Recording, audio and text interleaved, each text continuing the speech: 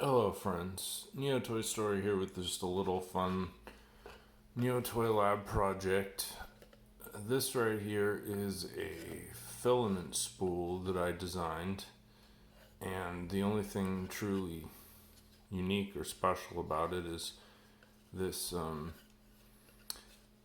parametric locking mechanism that theoretically should allow these two halves to link together and create a whole spool, which will look something like this when it's finished.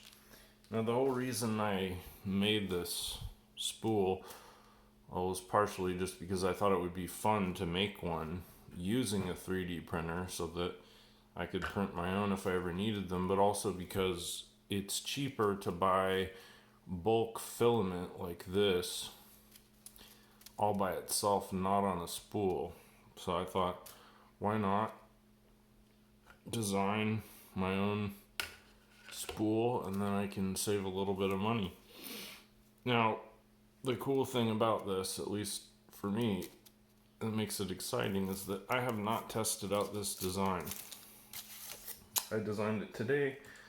It took me about 2 hours in SketchUp, and I have not yet tested it out. So it could be a complete failure, or it may work just as designed, and we're about to find out together.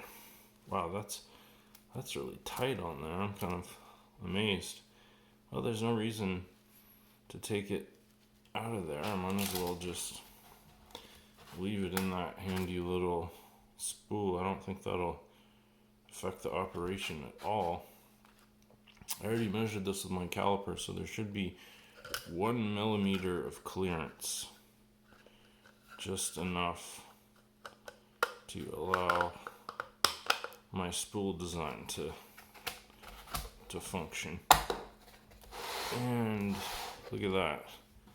Perfect. Perfect right out of the gate. I can't believe it. So inside there you can see where the little seam is of the two halves, and then there's little clicks is what they call them inside there, just a little nipple that fits over a little horseshoe shape that basically holds the two halves together, and there's 6 of them in total. So I figured that would be enough to hold things together, but also to allow it to be reversed. Like, in other words, if you want to take it apart to put in a new roll of filament. And I'm not sure how easy that would be without tools, but I'm gonna just give it a try here. Might take more force than I'm capable of exerting or without using a special tool. I'm gonna build a special tool that actually just goes down into those holes and pops those little latches open. But otherwise, I gotta say, I'm like super pleased, and especially pleased that it worked on the first try, because I was a little worried about that. And these holes, of course, are standard spool fare for holding the filament in place.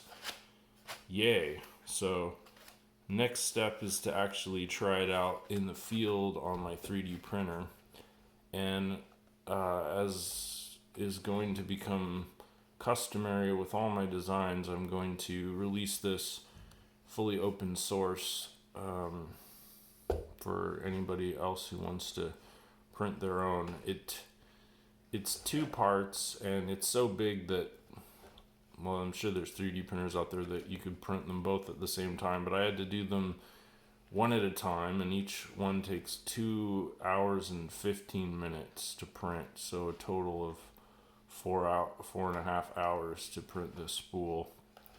But it's pretty efficient. The walls are all 1.2 millimeters thick, and yet it's plenty strong. Yeah, so, oh god, I'm just so satisfied with this. Thanks for watching.